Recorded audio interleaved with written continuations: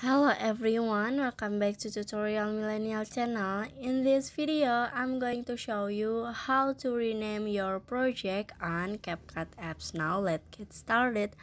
First, open your CapCut apps, and then after this, if you wanna rename the project, it's so simple, it's easy. You just click on the three dots icon in here, and then in here you just click on a rename. Click on it, and in here you just delete and add the new name project, the new project name. Maybe this is new duplicate, duplicate. And then after this you can click on OK in here.